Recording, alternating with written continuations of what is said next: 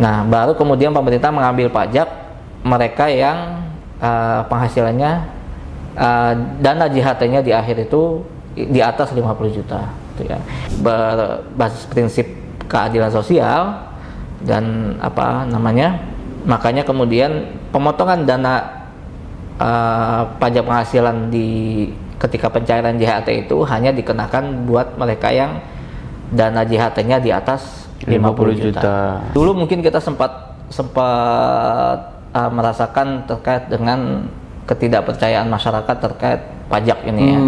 Karena mereka yang justru mengelola pajak gitu ya, baik mereka yang di Ditjen Pajak itu justru malah banyak berkasus ya. Iya.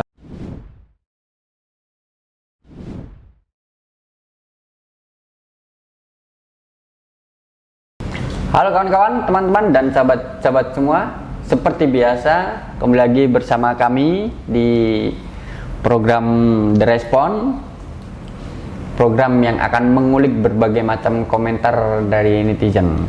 Nah, pada segmen kali ini kita akan memperbincangkan terkait jaminan hari tua yang lagi viral nih, Mas. Katanya sering dipajekin pemerintah gitu kan. Padahal faktanya ini ada 96% penerima JHT tidak terkena pajak karena 96% ini saat pencairan masih di bawah 50 juta. Jadi saldo JHT-nya ini 50 juta.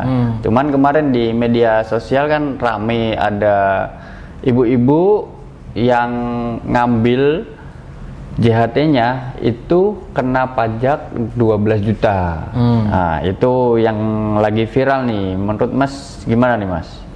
Nah, terkait JHT ini memang perlu kita pahami bahwa kenapa kemudian pemerintah memberikan potongan ketika proses pencairan JHT di akhir ya. Jadi di aturan pemerintah, dan ini juga menjadi aturan bersama di luar negeri juga sama seperti itu, ada istilahnya namanya deferred tax atau pajak yang tertunda. Ya. Jadi ketika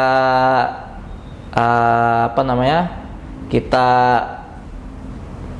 gajian setiap bulan ini, kemudian kan diwajibkan untuk ada potongan untuk jaminan hari tua. Ya, nah jaminan hari tua ini yang dipotong dari setiap bulan kita gajian itu seharusnya dipotongnya setiap bulan, gitu loh. Ketika kita memberi dipotong untuk jaminan hari tua itu seharusnya ada pajaknya tuh, ada PPh-nya, ada pajak penghasilan. Nah, tapi kemudian potongan pajaknya itu kemudian diakhirkan atau ditunda, istilahnya deferred tax itu. Jadi ketika kita gajian selama gajian itu kemudian dipotong untuk JHT itu tidak ada pajak, pemerintah tidak mengambil pajak di situ. Baru kemudian ketika dana jaminan hari tua itu akan diambil di akhir, ya, barulah kemudian itu dikenakan pajak. Itu pun mereka yang jumlah dana jaminan hari tuanya itu di bawah 50 juta, dan itu jumlahnya 96% dari peserta JHT itu, ya. Artinya yang akan kemudian dikenakan pajak ketika proses pengambilan dana JHT di akhir masa bekerja itu atau di hari tua itu hanya 4%. Iya. Ya, itu artinya mereka yang kaya raya, yang memang penghasilan penghasilan dari JHT-nya itu di atas 50 juta, yang jumlahnya ratusan juta atau bahkan miliaran ya. Nah, kenapa 50 juta? Nah, ini prinsip keadilan sosial pemerintah ya. Jadi prinsipnya adalah pemerintah ingin melindungi pekerja kecil, mereka yang dihitung oleh pemerintah bahwa 96% pekerja Indonesia yang penghasilan jaminan hari tuanya itu di bawah 50 juta itu dipastikan tidak ada potongan pajak penghasilan, ya. Tidak ada PPh di akhir, ya. Nah, baru kemudian pemerintah mengambil pajak mereka yang penghasilannya dana JHT-nya di akhir itu di atas 50 juta. Ya. Artinya mereka pemerintah menyasar mereka yang memang punya saldo besar, gitu, yang kemudian dikenakan pajak itu. Gitu. Oke Mas. Kita lanjut ke komentar nih. Ya. Nih netizen ini langsung merespon berbagai komentar kan. Komentar yang pertama ini ada dari Mita Prameswari. Nah, Mita ini bilang, kalau tua ndak punya uang, apa negara mau biayain? Karena ini protes kan, JHT sampai kena pajak gitu kan? Ya, kekhawatiran yang sangat wajar ya.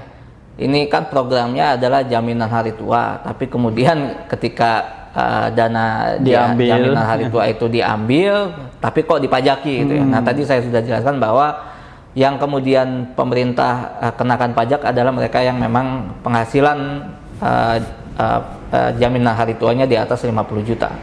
Mereka yang di bawah itu hampir dipastikan tidak ada pajak gitu ya.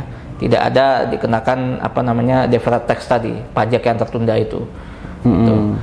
Jadi ya ini kritik yang bagus, tapi juga kemudian harus dipahami bahwa justru malah dengan adanya JHT ini ya pemerintah memikirkan hari tua biar kemudian masih pegang uang ketika mereka hari tua, kemudian tidak menjadi beban gitu ya. Walaupun tetap ada kewajiban pemerintah tentu sebagai bagian dari masyarakat yang memang perlu diperhatikan. Kalau bahasa negara itu kelompok rentan. Ya, kelompok rentan ini memang perlu diperhatikan. Makanya kemudian ada pemerintah memberikan program jaminan hari tua ini yang kemudian diwajibkan kepada para pekerja, gitu ya. Oke. Kita geser ke komentar kedua, ini dari akun Hadirianto. Nah, ini sampai nuduh pemerintah zolim nih. Aneh, pemerintah kok ngerampok rakyat. Inilah pemimpin paling zolim sedunia katanya. Iya. Nah, ini juga merespon sesuatu dengan emosi yang kemudian pada dasarnya tidak dipahami duduk perkaranya seperti apa. Ya kalau lihat potongan mungkin ya hidupnya sudah berat, kemudian berharap bisa tenang di hari tuanya dengan adanya JHT, tapi kemudian ada seolah-olah ancaman potongan pajak gitu ya.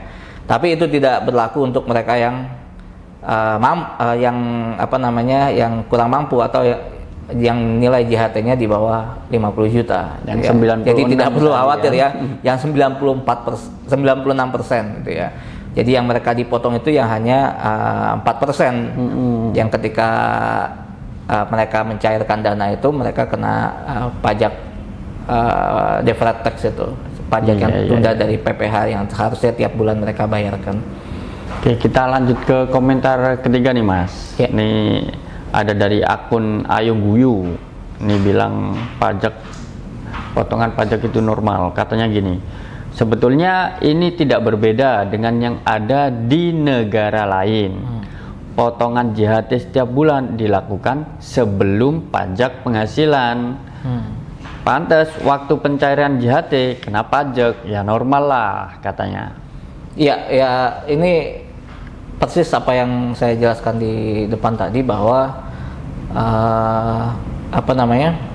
pajak penghasilan yang seharusnya dikenakan di setiap bulan ketika gajian itu harusnya ada potongan pajak penghasilan di situ. Tapi kemudian pemerintah kemudian menangguhkan pajak itu yang secara istilah internasional ada deferred tax gitu ya. Jadi digeser PPh-nya itu, pemotongan pajaknya itu karena ada pemotongan JHT itu, jaminan hari tua. Jadi ketika gaji dipotong setiap bulan itu untuk JHT, pajaknya tidak dikenakan di situ gitu ya. Jadi dikenakan nanti ketika kemudian JHT-nya itu dicairkan gitu ya. Jadi dipotong di situ. Makanya ada istilah pemotongan dana JHT ketika pencairan. Tapi kemudian untuk pemerintah juga kemudian berbasis prinsip keadilan sosial dan makanya kemudian pemotongan dana pajak penghasilan ketika pencairan JHT itu hanya dikenakan buat mereka yang dana JHT-nya di atas 50 juta. Itu makanya oleh akun Guyu ini terima kasih sudah juga menjelaskan bahwa ya wajar kalau kemudian itu diterapkan pajak penghasilan itu, tapi itu pun hanya mereka yang penghasilannya di atas 50 juta. Iya. Tuh. Oke, kita lanjut ke komentar keempat. Ini ada akun Doni Dwi. Nah, ini bilang nih soal ditaruh rekening bank juga kena pajak giro. Berarti dia ini kan ngomongin kalau kita nabung buat hari tua di mana, di bank juga kena pajak giro nih Mas. Iya. Betul. Kalau mungkin gini, memang apa yang kemudian pemerintah lakukan lewat program JHT ini, jaminan hari tua itu ya membantu untuk agar ketika para pekerja ini sudah pensiun, mereka masih punya simpanan untuk kemudian menjalani hari tua mereka itu ya. Ini program yang sangat bagus itu ya. Dan betul JHT ini ya bukan pajak, gitu ya. Dia semacam bentuk tabungan lah, bentuk tabungan yang negara memaksa untuk para pekerja yang mereka di usia produktif ini untuk menabung untuk hari tua mereka itu ya. Tuh. Nah, kalau dibandingkan ya sudahlah, kalau bentuknya tabungan kita nabung sendiri aja lah gitu ya. Kita nabung sendiri aja di rekening sendiri gitu ya. Itu. Dan di sini akun dompet kita ini juga menjelaskan bahwa ya rekening itu juga ada pajaknya gitu ya.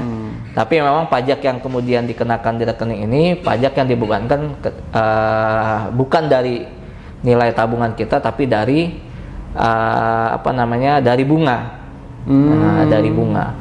Jadi kalau kita nyimpan uang misalnya ya 50 juta di dalam rekening itu kan otomatis ada bunganya. Kalau di bank konvensional ada bunganya. Dari bunganya itulah yang kemudian dikenakan pajak oleh pemerintah. Itu bukan dari nilai tapi biasanya berkurang tuh Mas kalau kita naruh duit. Nah itu mungkin kan lebih ke biaya administrasi ya, administrasi bank. Memang ada biaya administrasi yang bukan pajak lah ya, bukan pajak itu sebenarnya. Ya paling arahnya ke sana juga ini. Betul.